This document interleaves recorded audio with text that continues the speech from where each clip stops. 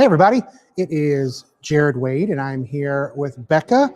And oh my gosh, I'm on the right side. This feels different. I'm all discombobulated right now. Bekah, how are you doing? I'm doing so good. It's so good to see you today. Good. It is good to see you as well. I'm going to throw our logo right there because I forgot to do that earlier. And I think it's important for our logo to be there.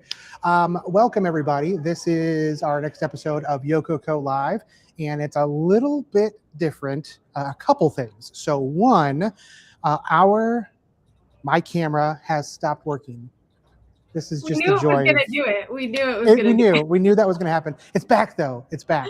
So we'll see how many more times it does this throughout the entire time. So one, we were supposed to have our friend Melissa joining us today, and she unfortunately is not feeling super great. So Bekah is stepping up to the plate and it's going to be a conversation between myself and Bekah today. So Melissa, we hope you feel better soon.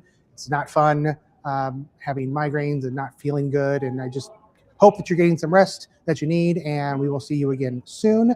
And then two, I'm in a different spot. Normally I'm sitting at my chair and it's comfortable and there's a small heater or fan that is circulating air, and I am not there. It's because I'm at the N10 nonprofit technology conference up in Detroit, Michigan right now. So there's stuff happening behind me. I'm just set up in one of the little corridors because I like people and I like people walking by. And Bekah was like, yes, this looks cool. And Bekah's cooler than me. And my camera stopped working again. I don't know why. I'm going to keep going back and forth. Worst case It'll come scenario back. is I have faith in it now. you say that. We'll see if it Then actually went to the black does. screen, so. Yeah, who knows? You know what? We're just going to roll with it. We're going to make do with it. You know what? Let's try this. I'm going to make an adjustment. I'm going to pivot. And while I am doing this, I am going to kick it over to Bekah. And Bekah, could you introduce yourself and tell everybody, hey, this is Bekah, and this is where I'm from, and this is what I do here at Yoko Co. You got it. Absolutely. Hello, everyone. My name is Bekah Nunn. I'm a project manager at Yoko Co. I actually live in Columbus, Ohio. Our team is super spread over the entire world. I wanted to say country, but it's actually the world, which is really cool, and makes time zones really fun. But I'm in Columbus, Ohio, with my husband and my cat and my 2 fish tanks. And at Yoko Co, my job is a project manager, and I work in a pod. So at Yoko, we have a pod structure. So that means that I work with the same strategist and designer, and often front-end developer on a lot of projects, which is really cool because we get to develop like a shorthand with each other, and we finish each other's sandwiches, which is wonderful. And so getting to work with them and bring some of these really awesome websites to life is what we do. A fun one, everybody. Buckle up because Bekah, bless her heart, she not only is representing all of the project managers, but also the joys of me having technical difficulties. So the nonprofit technology conference is probably the most perfect place for this to be happening right now, because guess what I'm going to do, everybody? I am going to refresh my browser. We're going to see if this works. So Bekah, give a good 10-second countdown. Let's see if this works. That sounds perfect. Yeah, we'll give it the old, have you tried turning it off again and on again and see if that works. We'll start the 10-second countdown. Testing. Hey! Okay. I move around when I'm gonna try to hold this as steady as I possibly can. It'll be fine. I actually think this is like the perfect session for this too, because we're talking about like conferences and then also project management and having to be really nimble and flexible. So like yes, this is what that looks like in action. You know what, Bekah? You couldn't have put it any better whatsoever. I'm sure everybody that's watching this, especially our team, is just like, what the heck is happening? What is going on? Jared, get your stuff together. Let's make this happen. But yes, I'm here at N10, Nonprofit Technology Conference. There's lots of people here. It's an amazing conference in Detroit. That's all I'm going to say about that.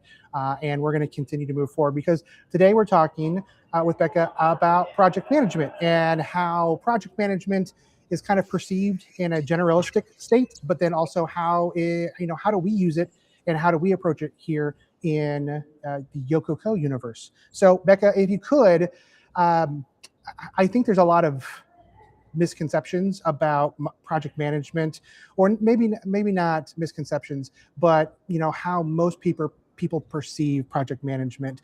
Could you let's kind of set some good ground rules here in regards to, okay, so here's what standard project management looks like, and then I'm going to ask you, keep that ball rolling and talk about how Yoko Co approaches it, because it's very unique and it's very different. Yep, 100%. And I think that's such a really interesting point about project management too, is because it might mean something different to everybody depending on what kinds of projects you've worked on in the past. So if you're more familiar with like construction, construction project managers is a whole different ballgame. Then there's creative digital project management and all sorts of things like that. And as you get into project management at agencies or different companies, it might even be called things like producers or, production managers, or just all sorts of different things depending on what the job looks like. But ultimately, I think when people think project manager, they're going to think timelines, task lists, deadlines, keeping things on track, and just kind of being like a really task forward person. Which I love a good spreadsheet. I love a good timeline. I'm definitely like, when I make my grocery shopping list before I go in every week, I'm like, by section, like dairy, produce, and then like you plan it so that you map it through the grocery store kind of thing. But I think also project management at Yoko Co specifically is really special because we have a really unique blend between the project and partnership. So we are kind of account managers and project managers all in one. So we really are, guiding the projects internally with our team, keeping things on task, making sure task lists are, going accordingly.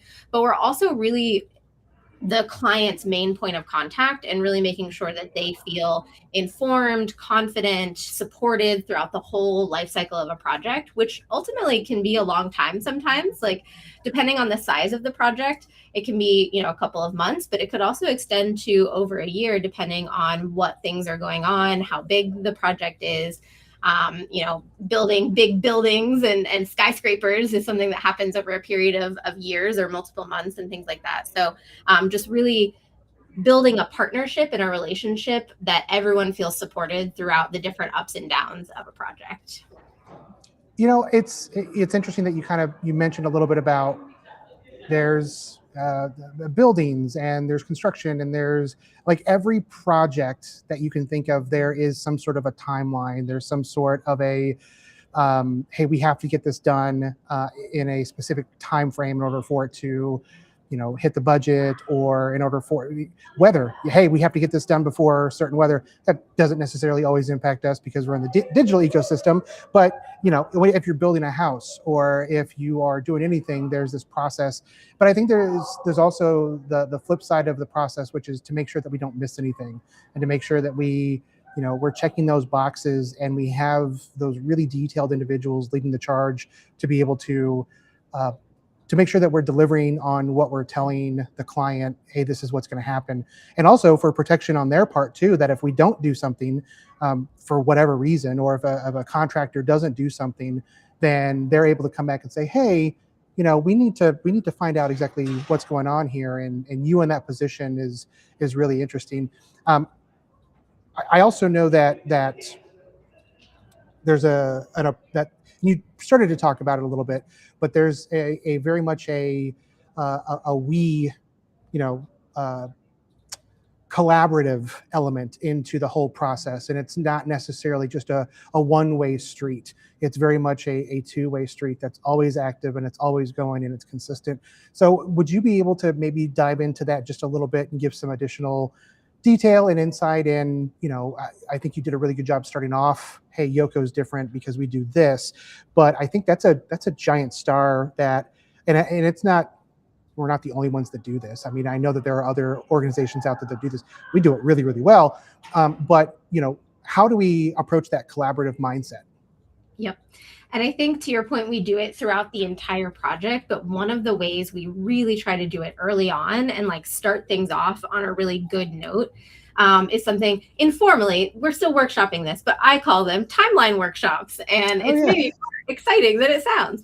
But I think sometimes with projects, maybe the timeline is something that just like appears. So like you maybe have a kickoff meeting or you start the project, a project manager, whoever's leading the project might just arrive and be like, here's our project timeline and we're going to follow it. And this is what we do to hit our launch date that we all signed on the contract or things like that.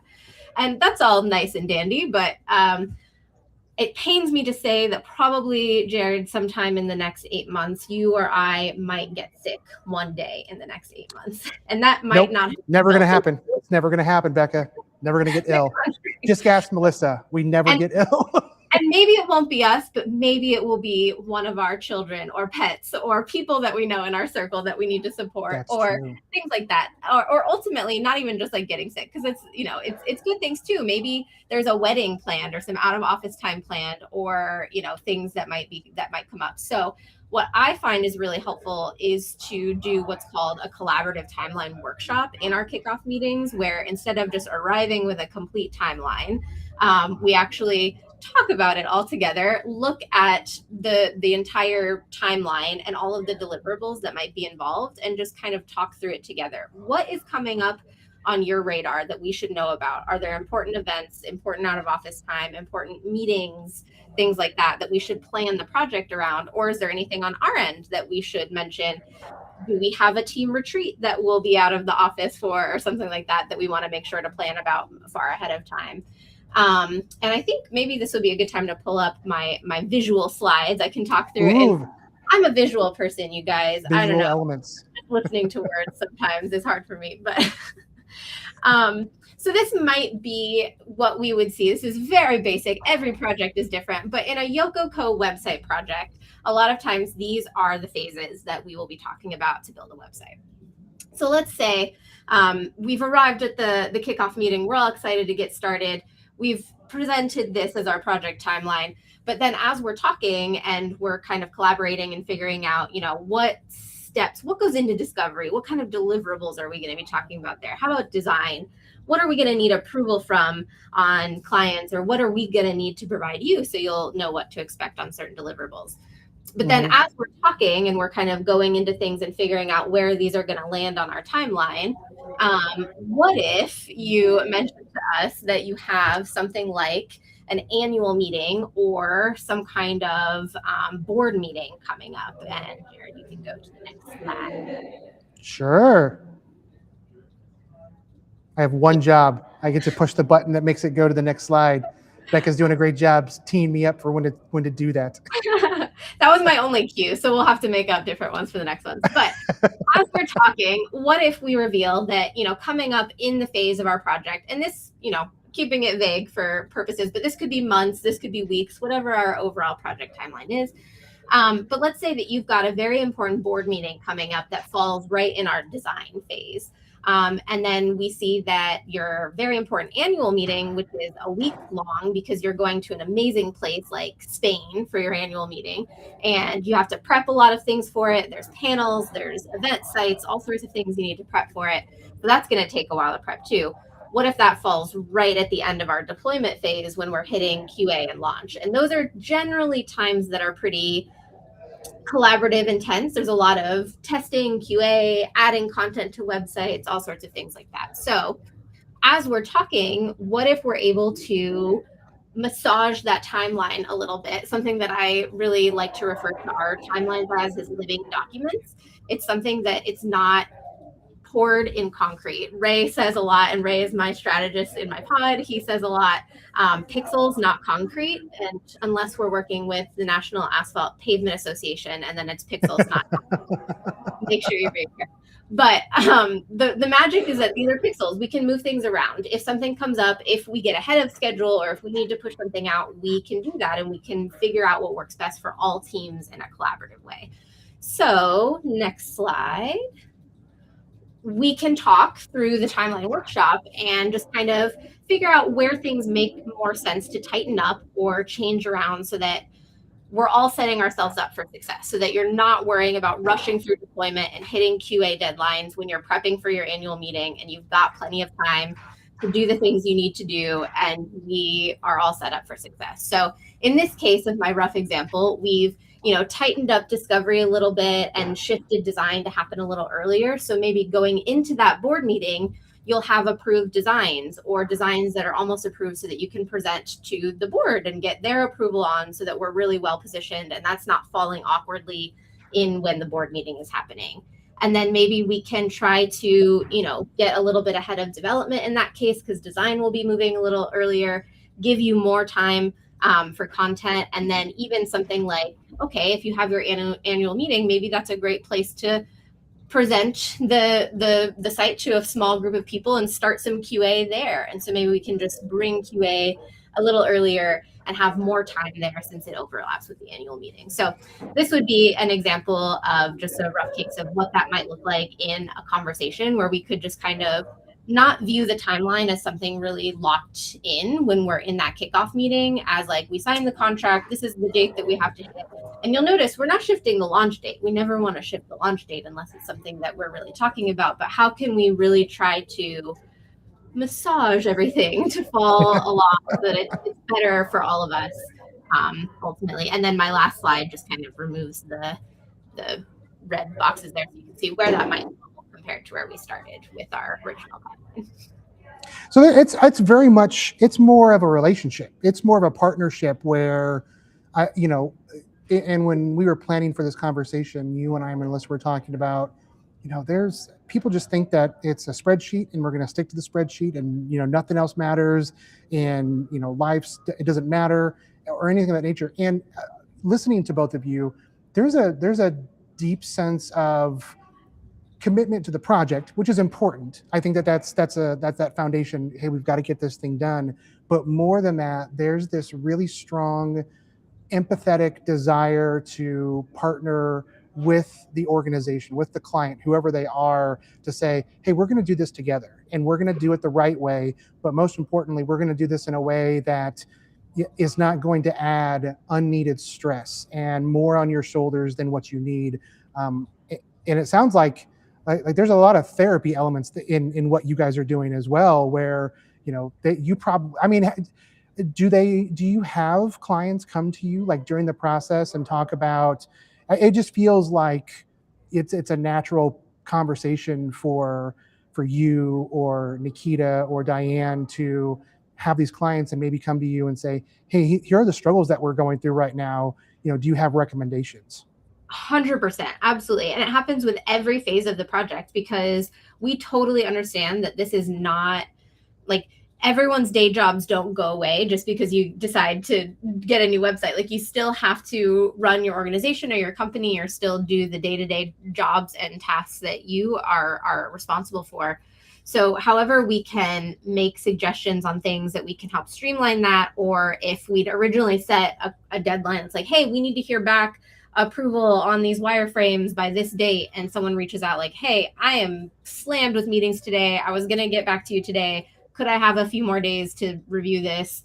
No problem. We'll go into the timeline, we'll smush some things around, see if we can. It's not going to be something where immediately we're going to fire back like, you've missed your deadline, so now we need to fine you $500 and push things out. Like, as much as we possibly can, we're going to try to be really flexible and treat it like a living, breathing document that can be flexed, because we know that that's life and we're humans. And I think ultimately what I love most about Yoko Co is it's humans working with humans. Like, yeah. We all understand that, like, we want to do good things together, and we want to make something that we're really proud of.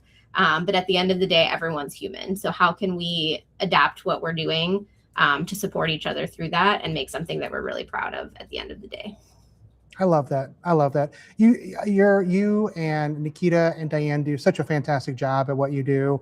And I know that our whole team is appreciative, because, we hear from you three throughout the day, all the time, but I'm not saying that in a negative way. Like that follow-up and that consistent nature is busy bees. Yeah. And you all do such a fantastic job of doing that. So as we wrap up, is there, one last, like, hey, I want to make sure that people understand this, that they can walk away from?